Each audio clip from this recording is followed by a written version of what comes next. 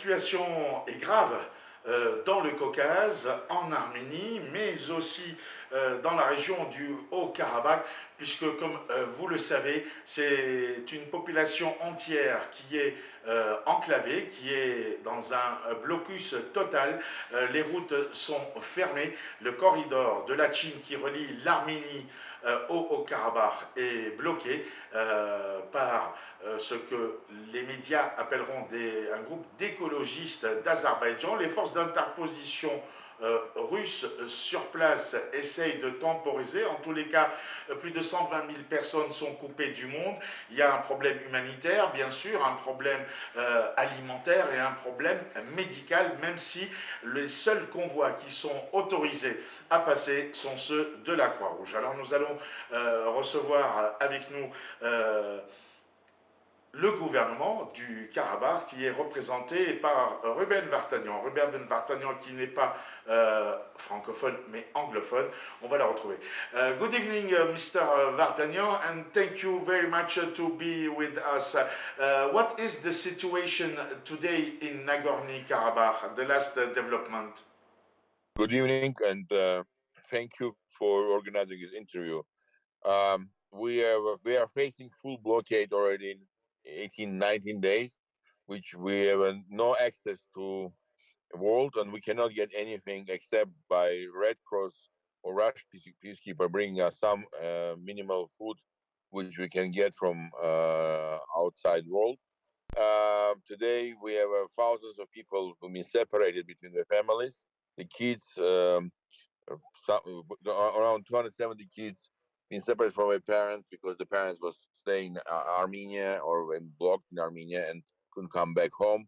We got around 80 kids who've been visiting Eurovision in Armenia, couldn't come back, and their parents now in Artsakh. We have no gasoline and people using only gas for the car, and we didn't have electricity and gas for couple of days, and it came back, but we always worry about it to be cut off any time from Azerbaijan. And basically we have around 30,000 kids, 120,000 people who are blockaded, like in the Second World War was Leningrad in Soviet Union, or is like Western Berlin after the war. This is like we don't have any other accesses. No airport, it doesn't work. We don't have air bridge.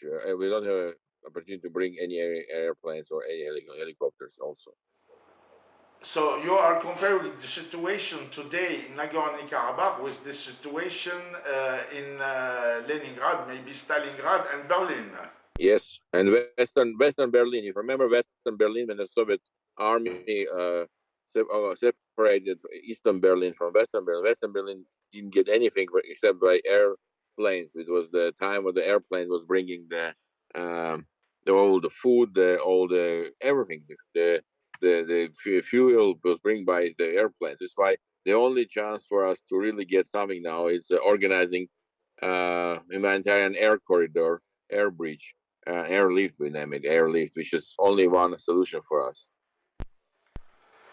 Okay, Mr. Vardanyan, in the current situation from a political and humanitarian point of view, Armenia as an Armenian state is trying to help Armenians in Nagorno-Karabakh. However, it seems as what is happening is attempt to avoid responsibility at the level of process resolution.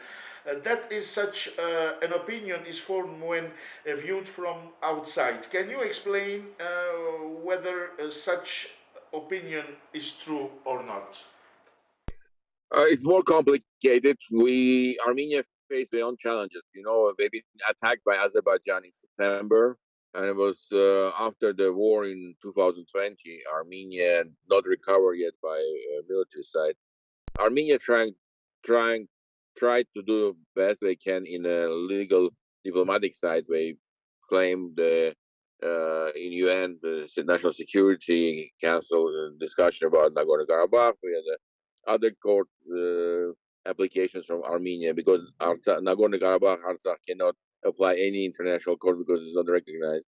We're getting some financial support, but unfortunately, overall, you're right. We're not getting enough from Armenian world, I will say, and appreciate highly about the French people, the French government, really been care about what's happening in Armenia and Artsakh.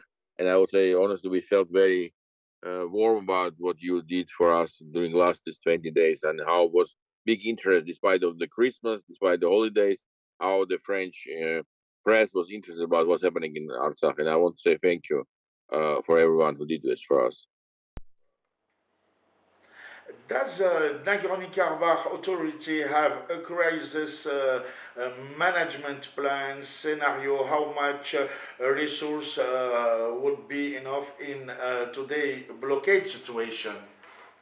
Of course, I'm not only now the state minister, like I'm not only prime minister, but I'm also running the operation special war room for the managing the crisis situation, crisis room. And yes, we had a plan. We put already restrictions for many things that people can use or can buy. And we believe, despite all the challenges, we have a very strong people, very encouraged people, people who really unified around this. Blockade put us in a very good situation. I'll say differently. The blockade unified people and the state, and we are together saying, okay, it will be tough, it will be difficult, but we will survive. It's why, yes, it will be. We don't have, for example, any vegetables anymore. We don't have fruits anymore. We don't have many things. We will not have cigarettes for many Armenians to smoke. It will be disaster, but many people are happy because it will be maybe better for their health. But it's just examples of people saying, well, "Don't worry, we'll survive. We'll don't care about this problem. We'll go ahead." So yes, we have a plan. We had the execution of this plan. It's a lot of restrictions, a lot of limitations. People taking care about this very well, and I see a lot of increased emotions of the really feel what we are together, the state and the society. There is also another problem talked in that situation and in that case in Azerbaijan and in a few international media. There was a statement about the temporary suspension of production at the Kashen copper molybdenum mine. What is the volume of the Kashen mine in the economy of Karabakh? And if the mine do not work, what kind of social problem can this cause? What kind of loss issue can appear? How many people will remain unemployed?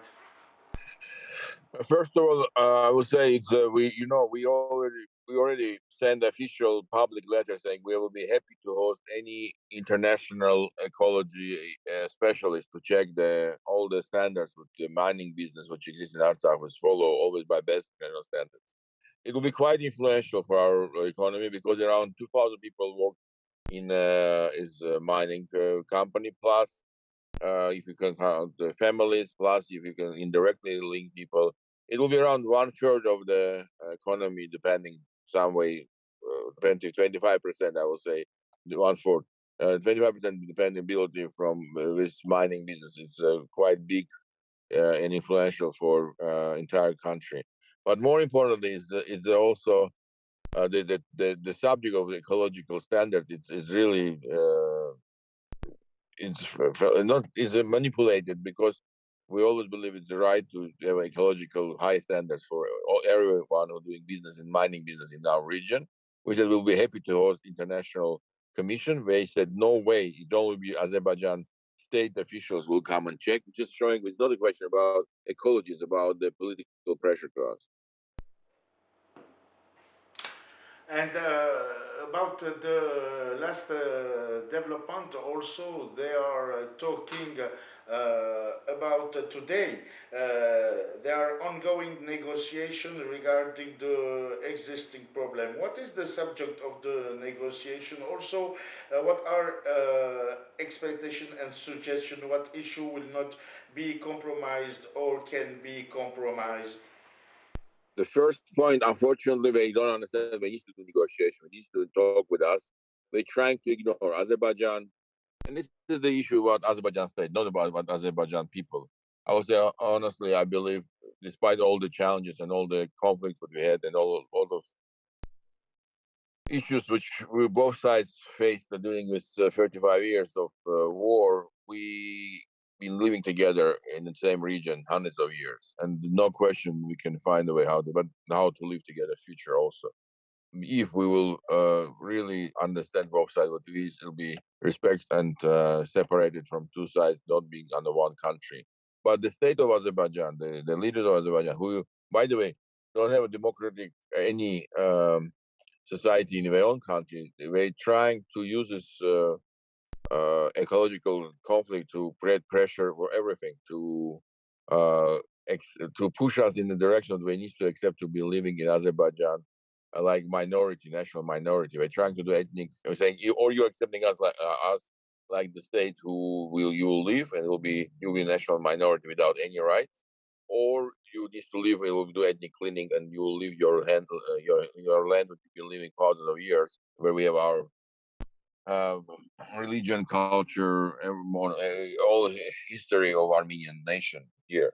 So the problem is not negotiation. It's problem by ignoring, and they don't want to talk with the 120,000 people which we represented by state. We have a state, we have a national parliament. By the way, we have elections.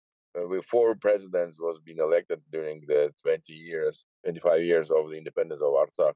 And compare with Azerbaijan, where it's not democracy, it's autocratic sultanate, where basically one family controlled last decades of the power in Azerbaijan. It's not only conflict between the two different nationalities, not the question the conflict between two different religions, the conflict between democratic uh, country and autocratic country, and country using natural resources like oil and gas to buy everything. You know, European scandal, European Parliament, the scandal about the money laundering, corruption, all that's happening in Europe with the Azerbaijan trying to corrupt everyone. And with the democratic country, it's a small 120,000 people, but we have different principles and different way how we live. It's why it's a serious conflict between not just national religions, conflict between two different ways how we believe we need to live.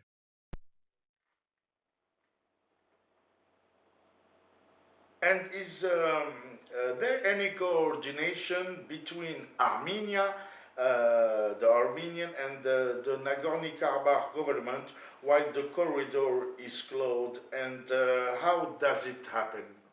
No, we have a communication.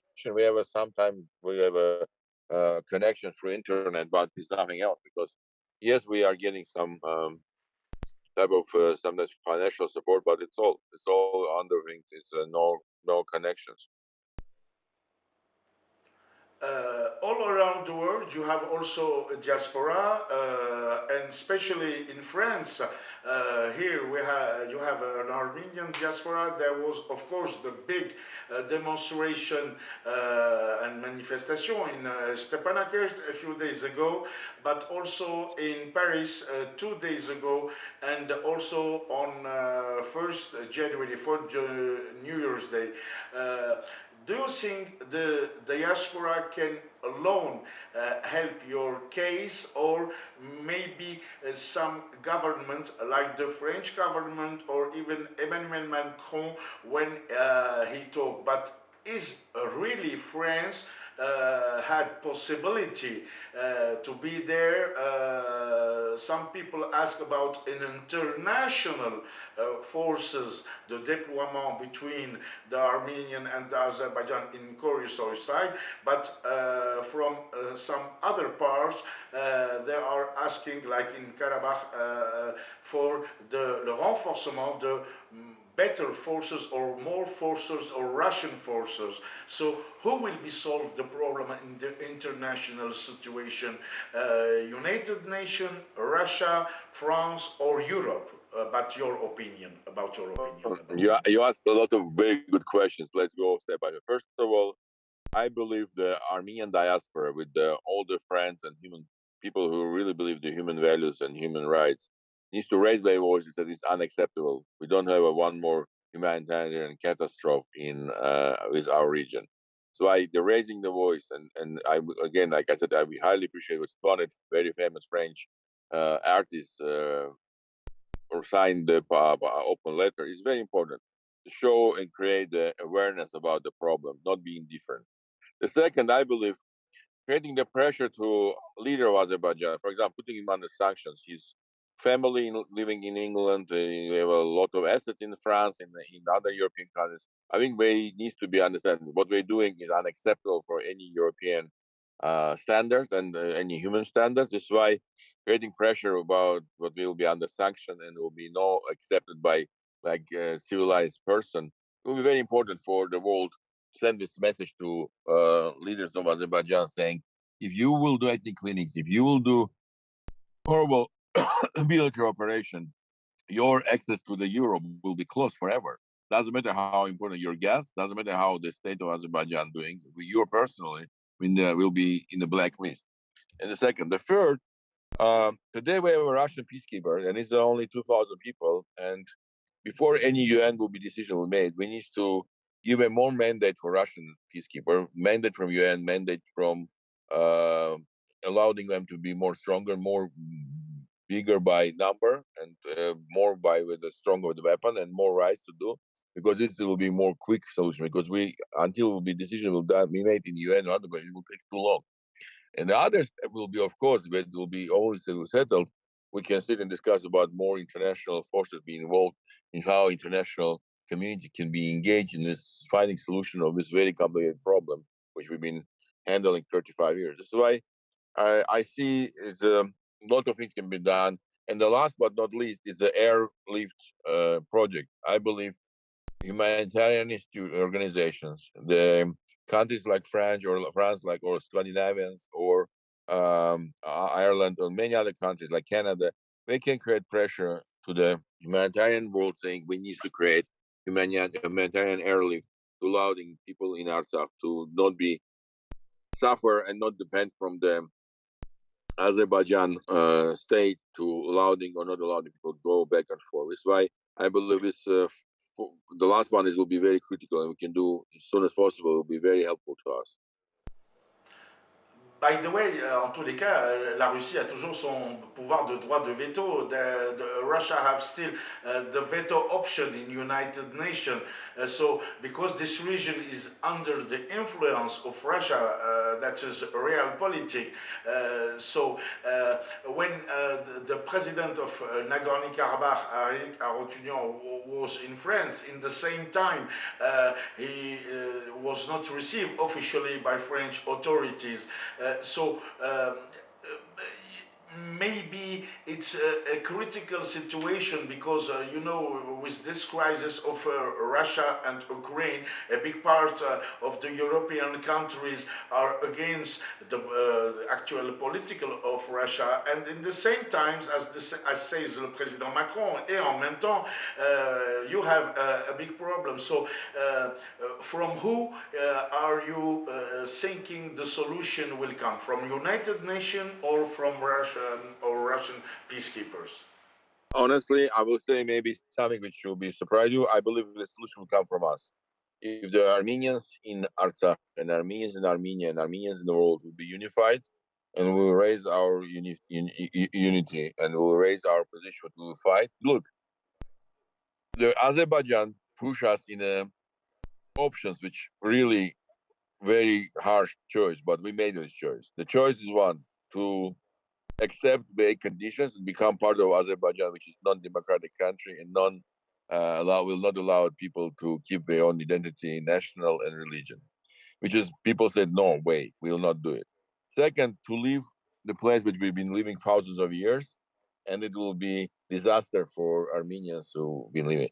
And the first scenario, we will fight in the, I would say, entire world, Russia, Europe, everyone needs to understand. If it will be disaster scenario, and our fight will go between the David and Goliath, where we are small and of course we have no comparable resources with fighting with Azerbaijan, but we will do like Sparta. We'll do like uh, in the ancient time many other countries did, and we will fight forever. And this is why if we will fight, I'm sure the international world, international organization, and Russia, and Europe, and UN will take care about this, because we need to understand this will be humanitarian catastrophe, which will be again come to the responsible will be the responsibility of the people who are running countries like France or others, because it will people say will blame, say how you allowed it this happen. and Armenia and Artsakh again. And this will be something which I think people need to understand in every levels, in every places, in Europe, in America, in Russia, in Asia. Armenians will not pass away, will not give up, and will be fight until end. And this will be price which everybody will pay, because it will be human moral big obligation for everyone who will be indifferent in this case. Ruben Vardanyan, you are State Minister in the Nagorno-Karabakh government. Thank you very much. Thank you. Thank you.